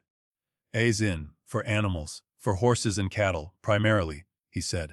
Off-label, it's sometimes misused in humans. It causes heavy sedation, memory gaps, dissociation. Combined with benzodiazepines, it can absolutely mimic a psychotic break when the person comes out of it. Agitation, confusion, rage. I leaned against the wall, feeling the old plaster cold through my shirt. You're telling me someone was dosing my son like livestock, I said quietly. Long enough to make him look crazy, and weak enough that he'd doubt himself. I'm telling you, Dr. Patel replied, that whatever is wrong with your son did not originate in his brain chemistry. Something was being done to him. Intentionally. We'll need more tests to pinpoint dosage and duration. But this, I could hear the rustle of paper as he glanced at the report. This is not an accident. A hot, focused anger settled over me like a coat I hadn't worn in years. The kind I'd put on when a developer tried to stiff my guys, or a building inspector wanted a bribe to look the other way. Except this wasn't about money or steel or deadlines. This was about my son's mind. My grandson's future. My name. Thank you, doctor, I said. Email the full report to Lena. And get some sleep. I have a feeling we're going to keep you busy. When I went back into the main room, Lena and Rico looked up. Lena asked. Benzos, I said, and something they give to horses. Enough over time to make any man look like he's unraveling. Lena's eyes narrowed. So we have a money trail and a chemical trail, she said. They're not just thieves. They're poisoners. Good, I replied. Now we stop thinking like victims and start thinking like builders. They put up a pretty facade, but the load-bearing walls are rotten. It's time we bring the whole damn structure down and make sure they're standing right under it when it falls. Doctor. Patel came back to the condo 2 days after that first night in the ward. Ethan had color in his face again, a little weight in his voice. He'd slept through a night for the first time in weeks without waking up screaming or shaking. We sat around my small table, the 3 of us, steam curling from the mugs of coffee I'd poured. The doctor had a manila envelope under his arm, the kind that never contains anything you want to see. I've got the lab reports, he said, laying them down like a dealer setting cards. Blood and hair. Independent panel. Ethan's fingers twitched toward the envelope, then stopped midway.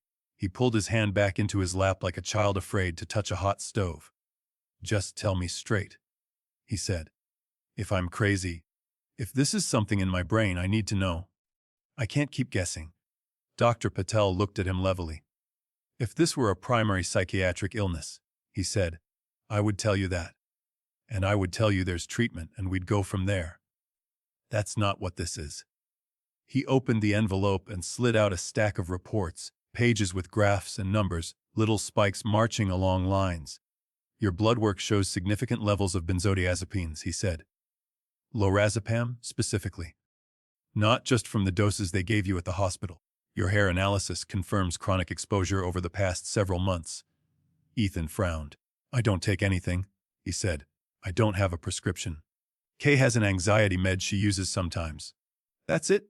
That's it. Patel nodded. Hair grows about 1 centimeter a month, he explained. We can see, roughly, when certain substances entered your system. Benzodiazepines start showing up consistently about 3 months ago. The levels climb over time, peak in the last 6 weeks. He tapped another page. There's also this, he said. Xylazine. It's a veterinary sedative. Not approved for human use. In low doses, it causes heavy drowsiness, drops blood pressure. In higher or repeated doses, it can cause dissociation, blackouts, confusion. Combined with benzodiazepines, it can absolutely produce the kind of episodes your wife has been showing people. I felt my stomach twist. Who the hell puts horse tranquilizer in their husband? I muttered. Someone who doesn't care about side effects as long as the performance hits the right notes, Dr. Patel said. Your hair shows xylazine exposure starting about 4 months ago, intermittent at first, then more regular. The spikes line up remarkably well with the timestamps on the videos Kayla provided in her petition. He glanced at a separate sheet. On Friday night, he continued, your levels were high enough that, by rights, you should not have been driving, let alone arguing in your kitchen. It's a small miracle you didn't wrap that van around a pole. Ethan sat very still. His knuckles were white against his jeans. So those nights, he said slowly. One night I'd drink the tea she made, and then the room would tilt. And I'd wake up with bruises I couldn't explain. When she'd show me videos in the morning of me yelling, and I didn't remember. That wasn't me. It was your body, Dr. Patel said gently. But no, Ethan. That wasn't your unmedicated brain spiraling into psychosis. That was a chemically altered state induced by someone else.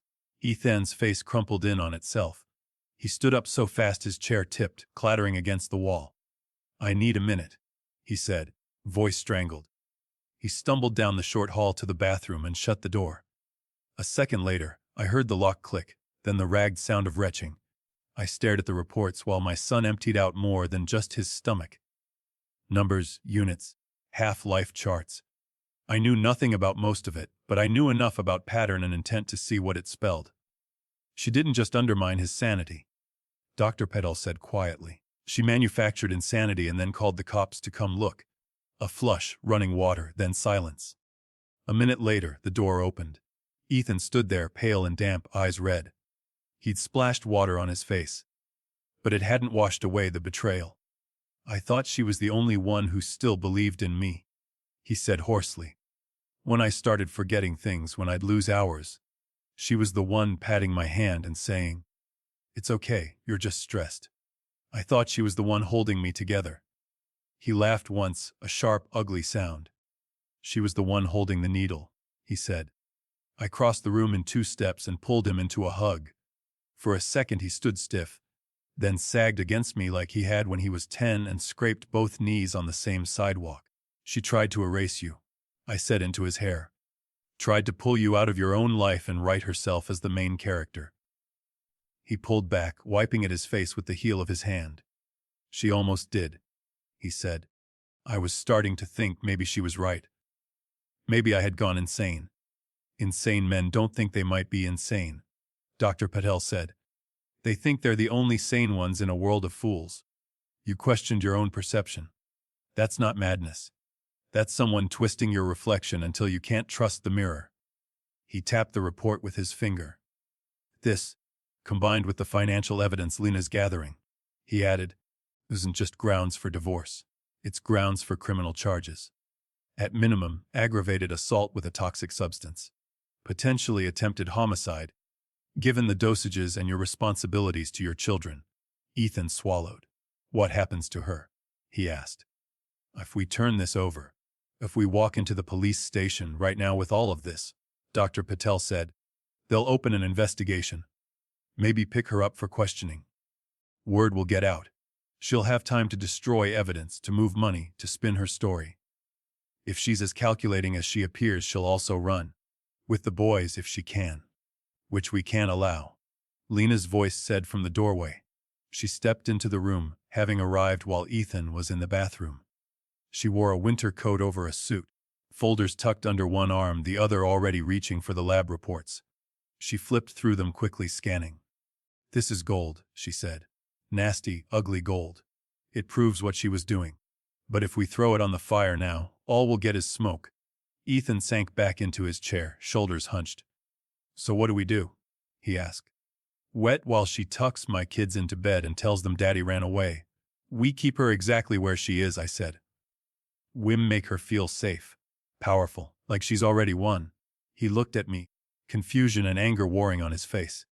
I'm not talking about forgiveness, I said. I'm talking about leverage. He frowned. Dad, she drugged me, he said. She stole from you.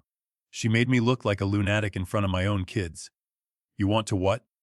Pretend she's the hero now. Just long enough for her to write her own confession, I said. Lena arched an eyebrow. I'm listening, she said. I leaned forward, hands flat on the table, the way I used to lean over blueprints. Right now, in her mind, the narrative is set, I said.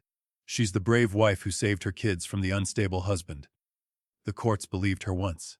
The cops believed her. She thinks I'm wobbling. Those fake statements she handed me, she expected me to swallow them. I tapped the stack of papers Rico had sent, the chat logs full of Uncle Marcus Claus jokes. She also knows I have money, I continued.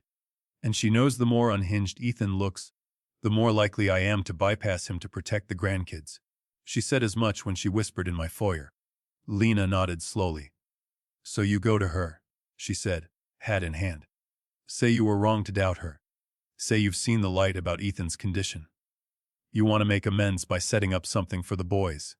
A trust, I said. $2 million. Education, living expenses. Enough to make her ears ring. And, because Ethan is untrustworthy with money, now, we can't name him trustee. We need someone responsible. Someone who's already proven she can manage the household finances. Her. Ethan said slowly. Her. I confirmed. Full control. Full discretion. All she has to do is sign a few documents affirming she's been the primary financial decision maker, that she handled the accounts, that she knew where the $325,000 went. Lena's mouth curved. We draft them as trust documents, she said, mind already moving ahead.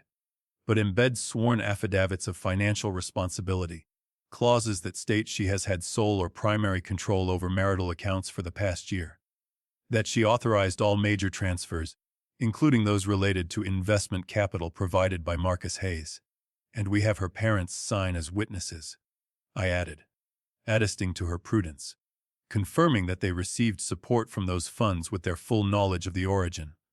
Ethan let out a slow breath. So when this goes to court, he said, she can't say, I didn't know what Brent was doing with the money. She can't say Ethan handled the accounts. She'll have already put it in writing that she was in charge. Under oath. Exactly. Lena said. We turn their greed into our evidence. Ethan's hands clenched into fists. She'll never agree to meet with you, he said. Not after the way you argued with the cops. I smiled without humor. She will if I go to her and say she was right, I said. If I show up at that perfect granite kitchen acting like a tired old man who's finally accepted his son is sick. If I say I'm sorry for enabling you, that I blame myself for giving you too much money, for not seeing your addiction, and that I want to make sure my grandchildren don't pay for my mistake. Ethan's jaw worked. And you can do that, he asked. You can look her in the eye and say that. For a couple of hours, I said. I've smiled at men I wanted to throw off a roof. This won't be my first performance. Dr. Padel gathered his papers. I'll keep documenting on my end, he said. Every visit. Every improving cognitive test without medication. Once this is in front of a judge, the contrast between my notes and Lowell's rubber stamp is going to be stark. Meanwhile, Lena added, Rico and I will keep tightening the financial net. Freezing what we can, tracking the rest. The less runway she has when this hammer comes down, the better. I stood up, my chair scraping back. Then I'd better go pay my respects, I said. Later that afternoon, I drove out to Maple Grove again. This time, I left my anger in the glove compartment with the registration.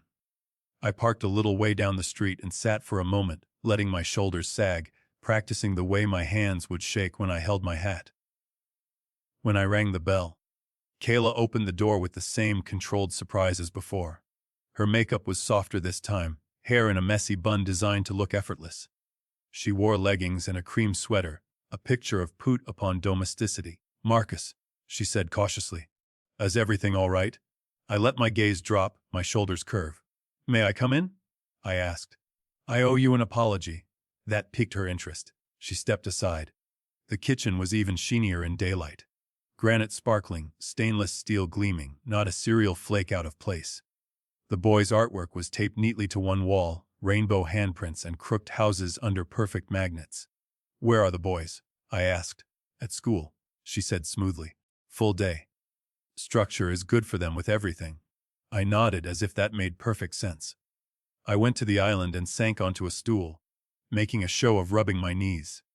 I was too hard on you the other night, I said. In the chaos, I accused you of overreacting, of lying, if we're being honest. She watched me, wary but intrigued. You were upset, she said. You saw your son being taken away. Any father would react. I was upset, I agreed, but not just at the police, at myself. I pulled a folded sheaf of those fake bank statements from my coat pocket, let them sit on the counter between us. You warned me, I said quietly. About his behavior. The mood swings, the paranoia. I didn't want to hear it. I couldn't reconcile the boy I raised with the man in those videos.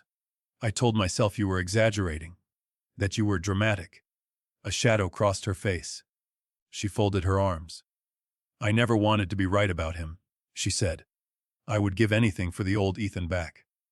But wishing doesn't make delusions go away. I nodded slowly, as if each motion hurt. I spoke with the doctors at County. I lied. Not Lowell. Another colleague. They confirmed some of what you've been saying. That he's not well. That this has likely been building for some time. Her eyes widened just a fraction. They did, she asked. They said it's possible the franchise stress triggered something latent. I went on. And that money can be combustible for people with that kind of illness. I let my gaze slide to the statements. I looked at these again. I said. I talked to some people about what online gambling looks like. About how easy it is to lose track when you're in a manic state. I don't want to believe it. But I can't ignore it anymore either. She exhaled softly, managing to look both vindicated and sad. It's not your fault, she said. Addiction, illness, they happen. You gave us that money with love. He couldn't handle it.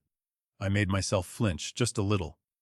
And now, I said, voice rough, my grandsons are in the middle. Their father might be unstable for a long time. Maybe forever.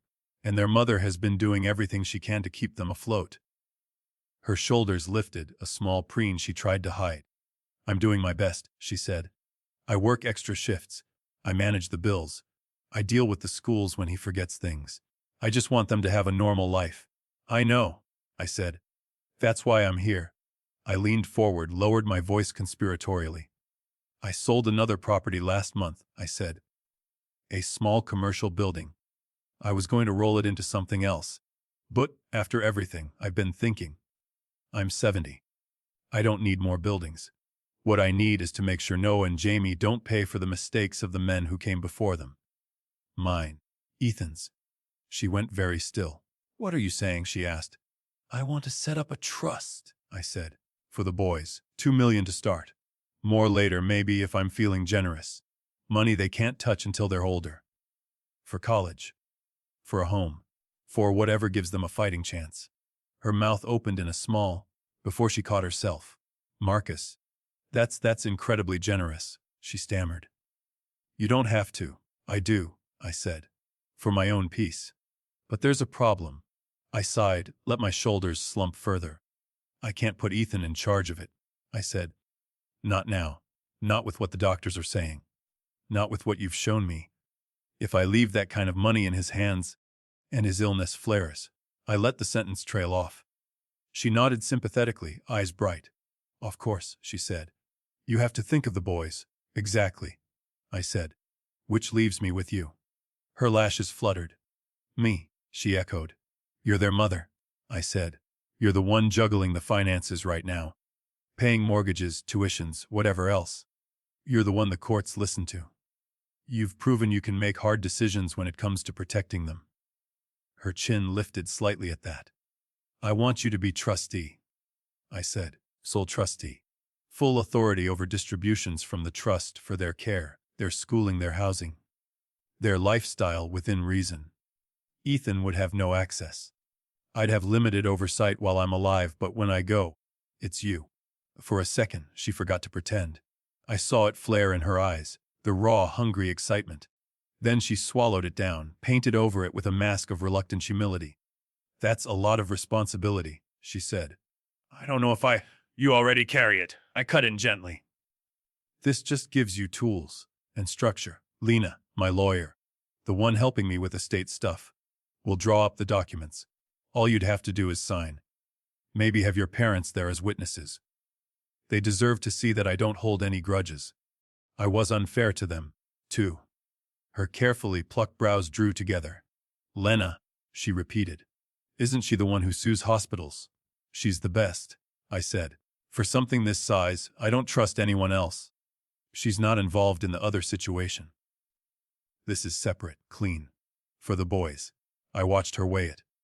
The fear of traps against the glitter of $2 million she could steer like her own private yacht. When? She asked finally. Friday, I said. 2 p.m. her office downtown. I'd like to sign before the weekend. She hesitated just long enough to make it look like she was thinking of Ethan. I'm not doing this to cut him out, she said, as if needing to hear herself say it. I'm doing it because he's sick. Someone has to be practical. I know, I said. You've been right all along. I should have listened. Let me make it up to you, for the boys. She nodded slowly. I'll be there, she said.